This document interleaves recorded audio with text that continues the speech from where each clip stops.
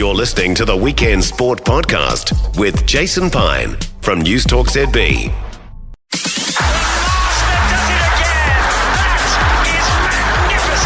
This is Football Fever.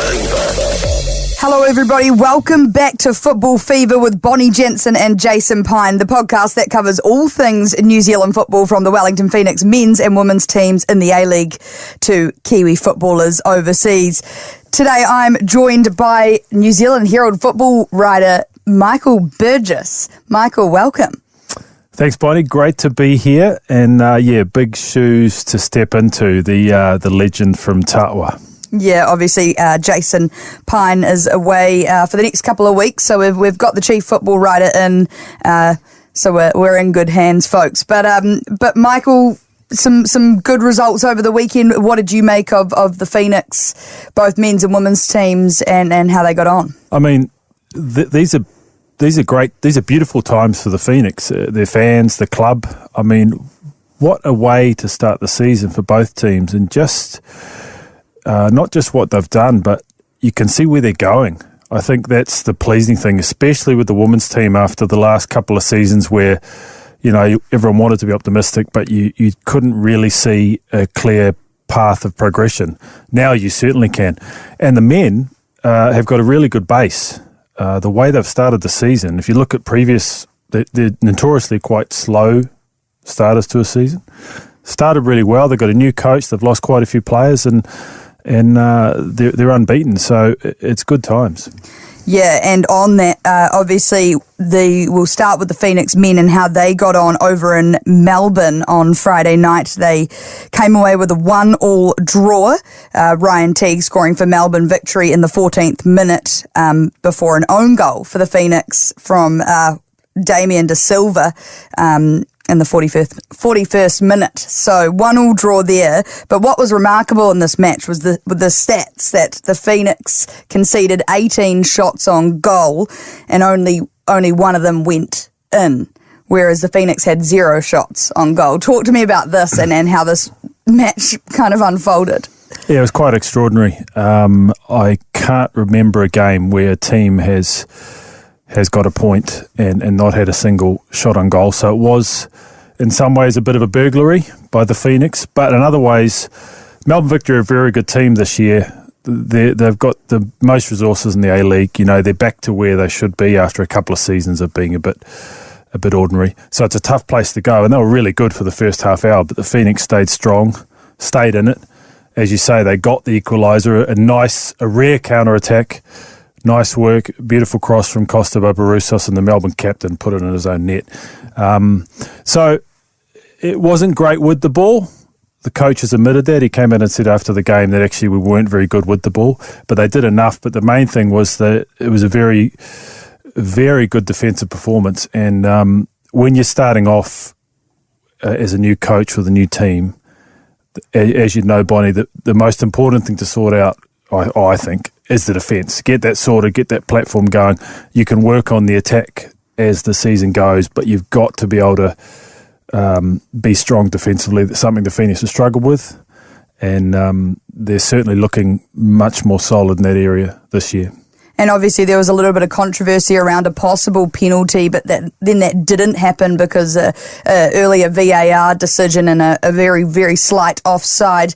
Talk me through what happened here. Oh, well, I get tired about talking about VAR. I think we all do. But, yeah, there were a couple of moments in the game. The Phoenix probably should have had a penalty with Nicholas Peddington. Everyone's seen it when he got shoved in the back in the area. The referee gives the penalty. VAR goes back and find that Peddington was apparently offside in the build-up. But it was one of those ones where it was offside by a fingernail. So kind of frustrating. And so it probably should have been a penalty, but then in the second half there was a spot kick overturned that had been awarded to the Victory, and the VAR saw no, it wasn't a handball. So it kind of evened out, and you would have noticed that the Phoenix weren't complaining too much because they realised that a point was about right when Melbourne had dominated that game so much. Yeah, and so just on that 1-1 away from home against a side like Melbourne Victory, who have always been strong contenders in the A-League, do you see this as a positive, good result, or is the performance and the fact that we did kind of concede 18 shots against us, is that concerning? It's a good result. Melbourne has been a really tough place to go for the Phoenix. They hadn't won there. Well, they still haven't won there since 2017.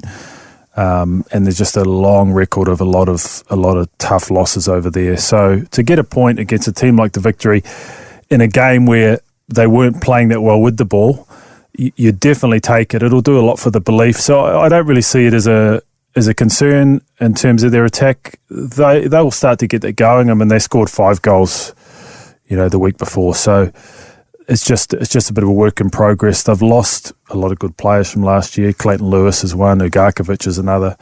So I think they will come right. But the main thing is just banking those results. What it does for confidence and belief, you can't measure that. Lastly, there was some other exciting news that the Phoenix men's team celebrated over the weekend with their star player, Costa Barbarouses, who played his 300th A-League match. In your opinion, what has he done for kind of the New Zealand football scene, the Wellington Phoenix and the A-League? Yeah, he's been amazing. I mean, most of those 300 games were for Melbourne Victory and Sydney, of course, but what makes Costa so special is there's not too many New Zealand players that have gone to Australia and made such an impact with their big clubs. Talking about big clubs over there, and he became a really big player for the Melbourne Victory, for example. He won, I think he's won 4, off the top of my head, I think he's won 4 A-League titles, which is just huge. And to get to 300 games, and he doesn't seem to be slowing down. This is what we're going to have to watch out for this season, because he was probably the best player on the field for the Phoenix on Friday night. And he's in the last year of his contract, but do they extend him? That we'll wait and see. But yeah, he leaves a wonderful legacy. He tried to make it in Europe, it didn't quite work out. But certainly in the A-League, he's just been superb. The FFP. On to the Wellington Phoenix women, and they just keep going from strength to strength. A 3-1 win against Western United, who finished second on the table last year. Chloe Knott, Macey Fraser, and an own goal on the score sheet for the Knicks. What did you make for their performance? Yeah, well, I can see the smile on your face, Bonnie, as you're reading that out. I mean, these are special times, I think, for this team and for the club, given what they've been through over the last couple of seasons. That first season where they started with, what did they have, 6 weeks to prepare? It was all done in a rush, trying to get players in. It was just all put together. They did all right. Last year was, I thought, disappointing in terms of they didn't step on from where they were. But yeah, this season, boy, it's really turning heads. And I think there's a few aspects we can talk about Sunday's game, but the performance again was impressive against a very good team. This Western United team, they're in the grand final last year. They're a good team with a nice mix of experience and young players. But the other thing I liked is the Phoenix, and Coach Paul Temple admitted this, it was a scrappy game for about probably more than half the game was quite scrappy. But in the moments when they could settle down and play, they really did. And there was quite a lot of quality, a couple of good set pieces to get goals, and the wonderful free kick, which we'll talk about. But no, I think the thing I like the most about this Phoenix team at the moment, it's early days, but they're showing that they've got different ways to win games, and that's really important for any football team. It certainly is, and as you mentioned, we'll get to more on those goals in a little bit, but they played at their new home base out at Porirua Park at Jerry Collins Stadium. It seemed like a bit of a vibe out there and a really good atmosphere. Do you think this is a good move for the team? First of all, I've got a question for you as a Wellingtonian. Yeah.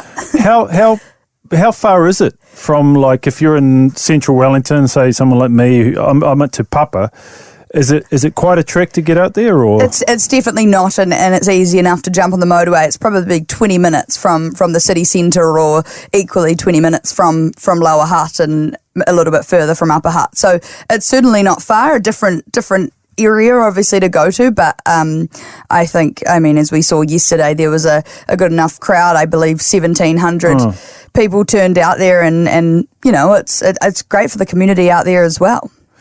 Oh, well, I assume you can get there on the train as well? Yes, So I believe so. not too I bad? haven't actually been, which Right, is that's all pretty right. poor for me, but I believe I have heard there's some good rugby games that happen out there, so Well, I just think this is a masterstroke by the Phoenix because, the stadium, the other stadium is really big, and you need a lot of people to make an atmosphere. And this Wellington, the women's team is still new; it's still building. They're still building their support base. But people go to games to be part of something, and when you're at a game in a massive stadium, it just doesn't feel the same. Whereas what we saw on Sunday, people want to go back because they're part of something. They can feel the atmosphere, and they can really, get stuck into the rival team. And as the coach, as Paul Temple said after the game, they really felt it. The team felt it. The players felt it. So it's the kind of thing that makes a difference in terms of your performance. They can get lifted by the crowd. So I think it's a really smart move by the Phoenix, and I think it'll pay off because they'll become quite hard to beat at Porirua Park. Yeah, you're not wrong there. And do you see, we might have different opinions on this, but do you see an opportunity for the men's team to start getting some games out there? Because the few games they've had at home this season, they haven't been attracting very large crowds either. Why not? I know there's other things, there's contracts and there's other things that go into it with the corporate hospitality. I'm sure Sky TV, it's much easier for them. They turn up at Wellington Stadium and they can plug everything in. I imagine Porirua Park is a bit tricky in terms of the scaffolding and everything. So I understand all that. But if they're playing a team that probably a lesser team that draws, and you put it on out there and you get the place full. I remember years ago, a long time ago, they played at Hutt Rec. They had 4 games there, and it was just fantastic. It just looked fantastic. So certainly, it's certainly something to think about for the Phoenix and for other New Zealand sporting teams.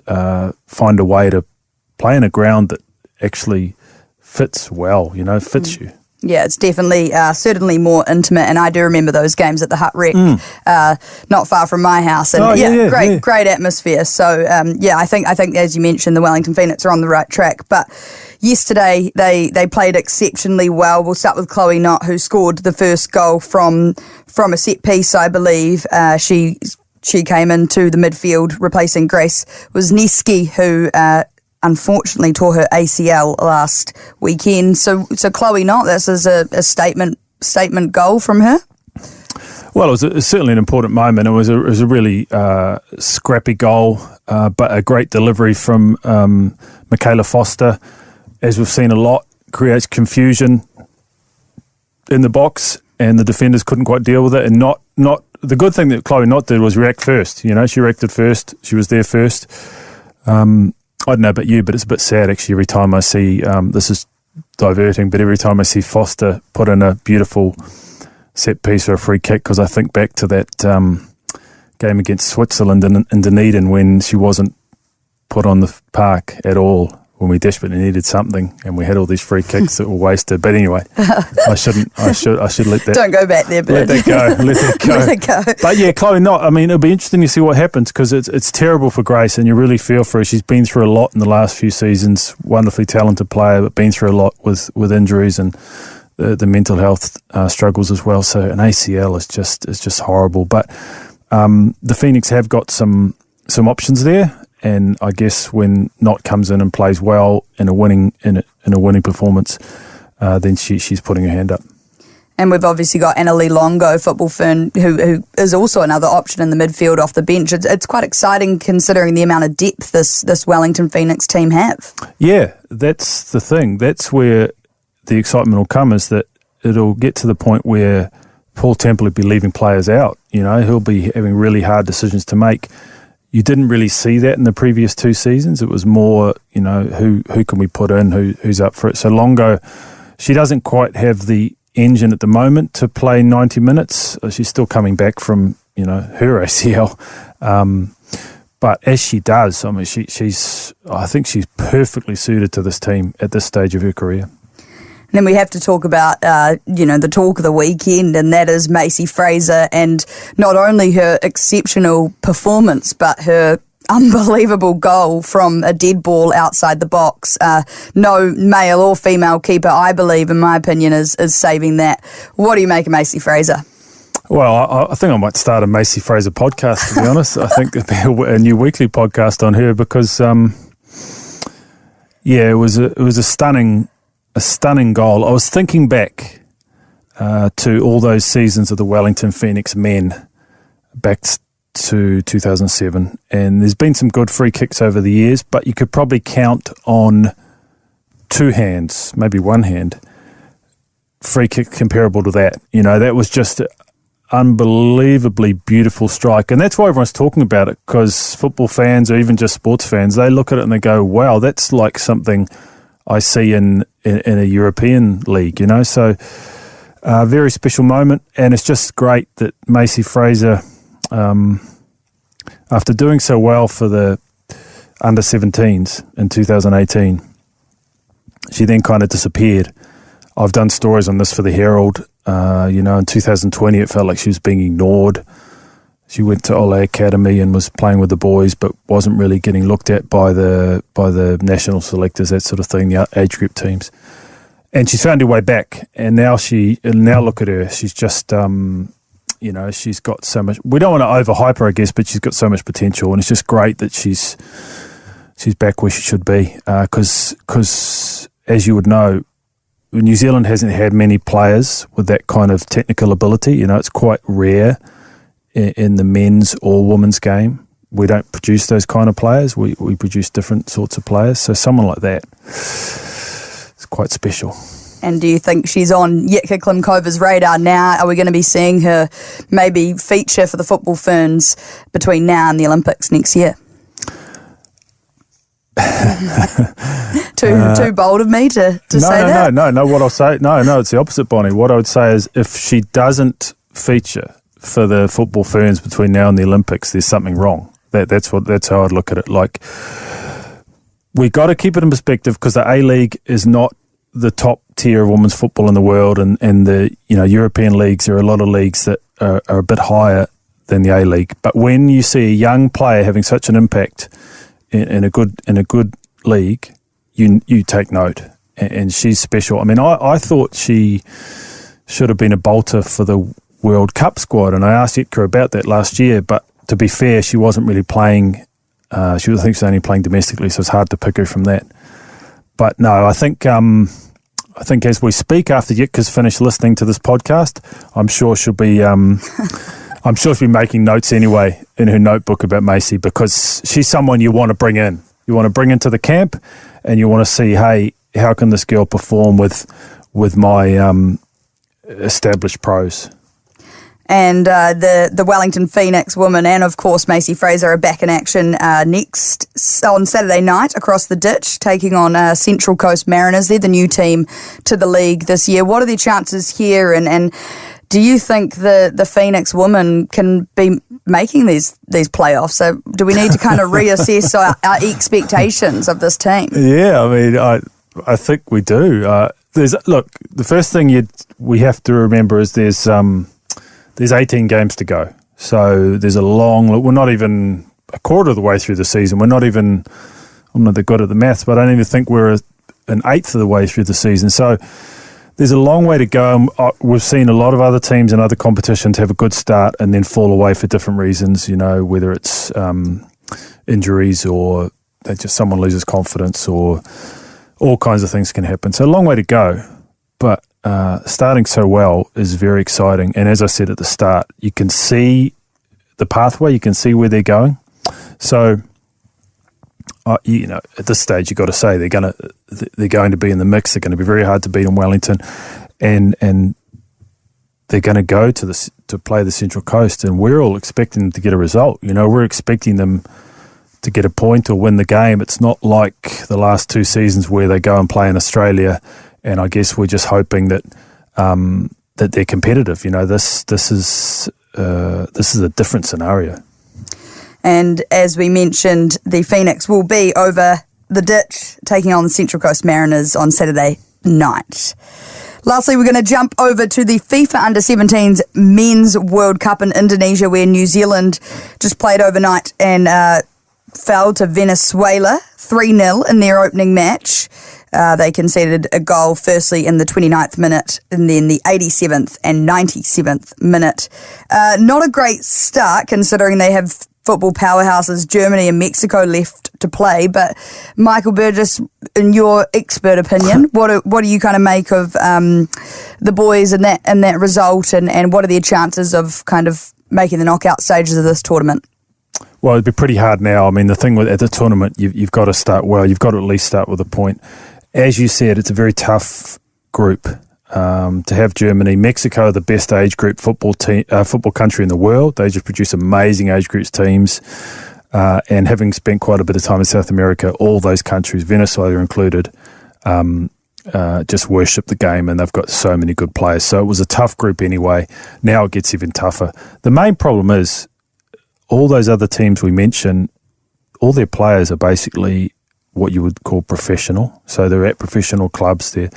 If you look at most of our squad, they're at amateur clubs in New Zealand, training 2-3 times a week. It's very hard to step up to that level. But, that they would have learned a lot from that first game, and hopefully they can surprise in the next two, because it's a big opportunity. And the biggest thing is, I think, apart from the team's results, is it's a chance for players to get in the shop window. We've seen a couple of All Whites that were spotted at these kind of tournaments, like Marko Stamenic's a really good example. He was spotted playing against Brazil in an Under-17 World Cup, and look at him now, he's in the Champions League, so this is the place to be spotted, which is exciting. And of course, we have got the All Whites in action too. We shouldn't forget that. We do have the All Whites in action this weekend, taking on Greece.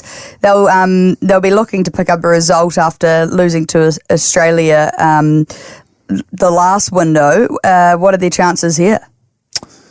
I'm just so disappointed. It's another behind the closed doors game. I don't get this. I was so excited about them playing in Athens because I was picturing, there's going to be 30,000 mad Greek fans. They love their football there, and really good chance for the New Zealand players to have that intimidating atmosphere where you learn so much, and they've gone and put it behind closed doors. I just do not understand that at all. Greece are about world number 53, 54. They're defensively very solid, typical team from that part of the world. The All Whites, they'll fancy their chances. Just got to get, I think the key is to get Chris Wood more involved. That's why been one of the most disappointing things for me the last couple of Whites games is that we've got one of our best strikers in history apart from Winton Rufer. Chris Wood is a deadly finisher with his head, with both feet. And he hardly gets any chances in a game. They can't create chances for him. That is the key. If they can use Chris Wood a bit better, then anything's possible, So they've got Greece Saturday morning, 6 a.m. and Ireland, which will be the better game because it's in front of a crowd. There you go. We love crowds. The following Wednesday. Yeah, we look forward to it. And lastly, we just want to touch on Kiwi footballers overseas. And it's been a huge deal for young 17-year-old Mali Luluai, who signed, he's the captain of the New Zealand Under-17 team competing in this World Cup, but he has signed for Premier League club Burnley FC. This is just huge. I believe you've spoken with him before in the past, or at least done a story on him. How do you rate him as a player? What are his chances of maybe making the All Whites soon? Yeah, I mean, funnily enough, I first spoke to him in 2018, and it was quite a little bit unusual because he was 12 years old, and it's not every day you speak to a 12-year-old for a interview at this job. I spoke to his father first, mainly spoke to his father, but then I said to his father, could you put Marley on the phone?